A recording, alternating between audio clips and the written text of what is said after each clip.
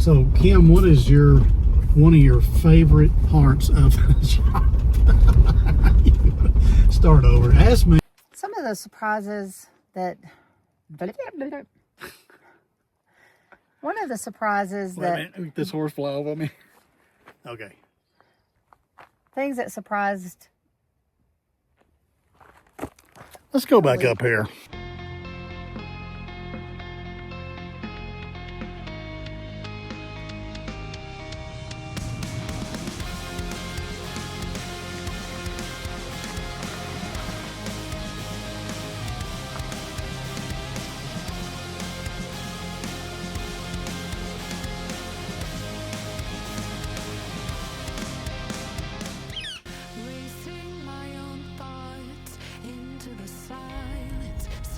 We're waiting Kim, and today we are going up Georgia Pass. We attempted this one other time early in the season and ended up turning around and coming back because the road was so bad. And Wade just commented that the road is 10 times better. Yeah. And we thought we might just talk to you about the pros and cons of camp hosting and our experiences so far. And we have been here Since the middle of May. actually, we have been here the 1st of May. Oh, yeah. I went back and looked. Oh. Yep. So what does that make it? That makes it 2.5 months. 2.5 months, yeah. Yeah. 2.5 months in, all right. So coming up here to Colorado, when we came, we had a lot of anticipation because we literally came in here blind. We had no idea, a visual of the place, no pictures, nothing. And there was a lot of concern because you're going up to a place you know nothing about. And some of those questions were, could the RV even make it? Could we make it with the RV to our camp? Which we did. That was pretty easy. But just going in blind, and that was, when we got up here, we were like, because it could have been a lot worse. Actually, we came out pretty good. We've got a very good camp that we're at. And I don't know that we can top it next year, Kim. I don't know either. To be boondocking with a little bit of amenities, which, by the way, I don't know that I ever want to fully boondock for a long period of time. But I feel like we are at a very good campground. It's a great location. It's close to the lake. We've got good scenery. I agree with you, Wade. I think we did. To be our first one, we've got a really good one. It's going to be hard to not compare this one to any others that we do. We would like to share the pros and cons, the things, our expectations, the expectations of our supervisor and the company we're working for, the things that surprised us, the things that didn't. Something I was surprised about when we got up here is the diversity of people and the things that they do. I mean, if you think about it, outdoors is for everybody in every age, and we have seen it. Yeah. From 80-year-old women who are walking the trail, Camping out in a tent. Next to the creek. Yeah, literally this far away from the water. We have seen babies under a year that are with their parents. They got them on a backpack and they're out there fishing. The women that are fishing without any man, they come by themselves. They're hiking, they're camping, they're fearless. We've got families, we've got singles, we've got friends. I mean, it's just amazing. There's been family reunions, there's been friends reunion. There's been people that meet up and we're the halfway point. It is just amazing. The water sports, the fishing, the hiking, the hanging out. People just come and hang out at campsites. I've been surprised at that. Yeah. So I think that is probably my most surprise of coming here. There's a lot of expectations I had, and those have been met. But I think it's been good to see that diversity of people and what they do and how they do it and how they enjoy the outdoors. Yeah, there's rich and poor. You see people in Teslas, people in all kinds of vehicles, Class A's, junker vans. I mean, that you name it, we've seen it. small economy cars that they just pop the trunk and sleep in. It's amazing what they can turn a camper into or from. And yeah, I hadn't thought about all that, but that is probably one of the bigger surprises to both of us. We've seen a lot. So we stopped in a little parking lot. I believe we're on the Colorado Trail, but I'm not sure. It is, however, a trail. But it's really neat in here, and I thought we might check it out because I hear waterfall or something. Not sure. Maybe a beaver dam.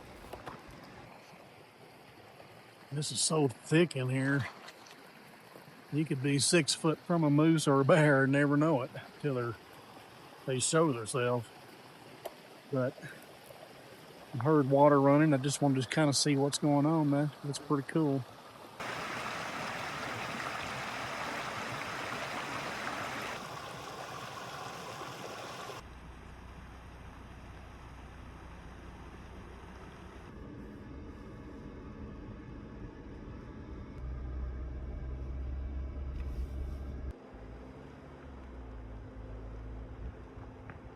Log cabin there didn't fare too well. Looks like a tree fell on it, but kind of hard to believe that little tree could do that much damage.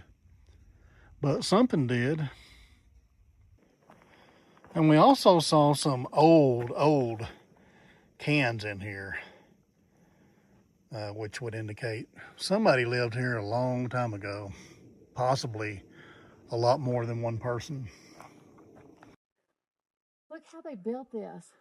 They built it ground level in the ground. I think it's because they would have better warmth. But it's like Wade said, look at that. Look how big these are and how they were notched out. You know, this doesn't look like it's from a kit. It looks like it's from... No, that is not a kit. I mean, listen to that. That's homemade there. Yeah. Wow. The logs are old. Now, it looks like it might have been re-roofed at some point with tin. But, yeah, this dude's been here a while. You can see where it does go in the ground right there. So, the biggest surprise to me, we've seen a lot of history up here, and I am blown away by what I've seen that man could build up here on these mountains. Just getting material up here, like for your meals and things like that, your mining mills. And we come across this log cabin here a while ago, and I'm thinking, how in the world did they build this thing up here? I mean, these are massive logs we're looking at, and this building has been KO'd. But yeah, some of the mining mills that we've seen, some of the camps, the old houses, just how people survive up here is amazing, much less put these buildings up here. Yeah, this log cabin was built like kind of partially underground. Yeah. You can tell the windows are at ground level. So they were definitely trying to, I think, have warmth. Yeah, I'm gonna turn around here where they can see what we're talking about. I mean, isn't that amazing? These logs are massive. I mean, that's the door. It's possible they got a tractor up here, but you haven't seen what we've climbed. It would be a long way for a tractor to go, and it's just amazing. This stuff was, to me, I think these grooves are hand cut, which would have taken a long time. The old mattress with the springs. And it's, I guess they put it up here to kind of, oh, I hear something in there. Keep the bears out, maybe? Maybe. And that's not what I heard in there, but. Yeah. But nevertheless, I mean, this is one of the biggest surprises to me. I don't know if I have one, but to see what man can do I mean, come and look at this. That is amazing. Was there a man here that lived by himself? Did he have a wife? Did they have kids? You know, even if they did have a family, they were alone back then. There wasn't anybody else up here that I know of that we've seen any signs of.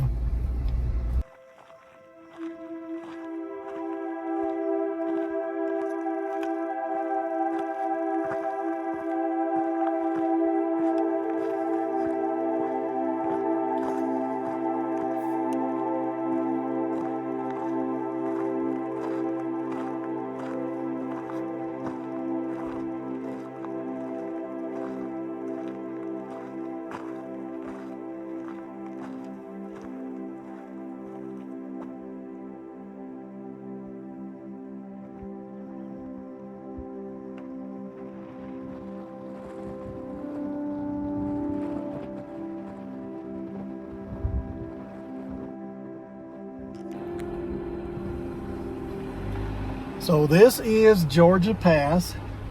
We made it all the way to the summit.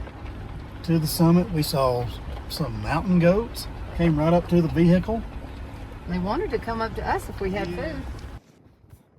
And we can show you videos, but golly, what we're looking at doesn't even compare. This place is huge.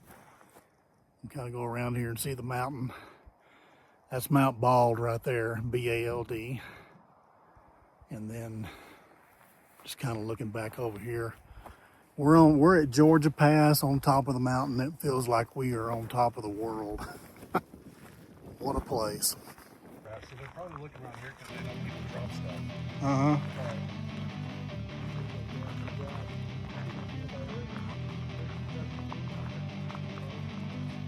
They doing any salt?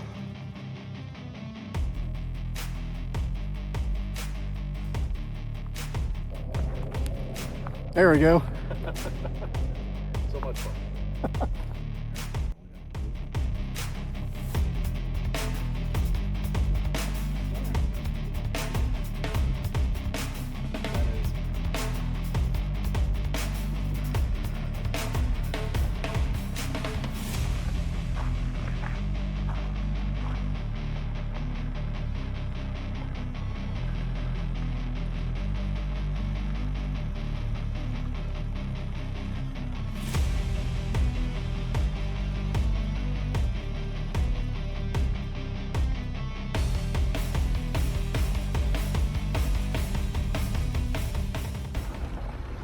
Met Brian. Brian's a great guy, has a lot of knowledge on Jeeps and gave me a lot of ideas, even though everything he said was ka-ching, ka-ching, ka-ching. Yeah, but he had knowledge of these passes and roads and yeah. So we might end up doing a tour with him sometime just to see what he can show us. But look at that, y'all. You probably can't really see it in the video, but wow, what a place. It is absolutely incredible here. These adventures we keep taking keep getting better and better, don't they? Yeah, they do. We get a little bit more braver and braver. Each time, yeah. So there is another surprise, something I've really been blown away by. Kim was talking about diversity in people a while ago. And that is the women that hike trails and camp by themselves. And we've seen older women, younger women. You know, we've seen women in their 20s, I mean early 20s, that are doing the Colorado or the Continental Divide Trail, and they're fearless. I mean, they take very little. We picked up a couple of young ladies, took them to Breckenridge because they couldn't make it there in time. They had an Airbnb to get to. But I've seen them hiking by themselves too. No dog, nothing. And I'm just like, they're braver than me. I wouldn't do that. I've seen some young boys go by themselves too. One guy looked to be about 15, 16 years old, and we watched his parents drop him off and say their goodbyes, and I was like, wow. But you know, I mean, I would kind of expect that with men. Yeah. What I didn't expect to see was the amount or the number of women doing this that we see. Just still blows me away thinking about it. Something I've enjoyed hearing people talk about is reminiscing about their childhood. You know, their parents brought them up, or their dad brought them up and went fishing, or, you know, camping out. And it's good to hear those stories, because you look in the car and they've got their wife and they've got their kids. And it's a tradition that they thought was important enough to carry on. And that always makes me smile. It makes my day. I've had a lot of those conversations and a lot of those memories that have been shared with me. And I've liked that. And I've liked where people says, nope, this is the first time I've come. And you get to share with them what's offered, what's available. And they come back through at the end of the day and they stop and say, hey, I saw a moose, I saw a baby, I saw the beavers. We had so much fun on the lake. We paddleboarded all the way to the other side and got out and put our feet on the sand. And it just, that part I have really, it's been one of the many things that I have enjoyed. Yeah, me too. Wade, what are some of your favorite things about this job since we've been here? Well, this goes right along with the biggest surprises. I always thought that I would like being outdoors, doing things, you know, going places, monitoring the lake or closing the gate, things like that, because I was going to get to see animals. But to my surprise, my favorite part of being a camp host is working the kiosk. I don't know why, but it's the interaction with people that I enjoy, and just getting to know, strike up conversation with people. Sometimes people can be a little grumpy, and you might find something you both have in common. You can change their whole day. I've seen it time and time again. I've seen people that come in, they're griping about paying $11 to get in, and they may like to fish, or they may like to hike or camp or something like that, and we get off talking about that, and before you know it, it's all said and done. They're happy to pay that $11, and they're excited, and they may come back and share with you an experience they had. That's why I love working at the kiosk. There is the mountain we just came from right there. Well, that's all we have today, folks. Thank y'all for coming with us, that we may share this adventure with you.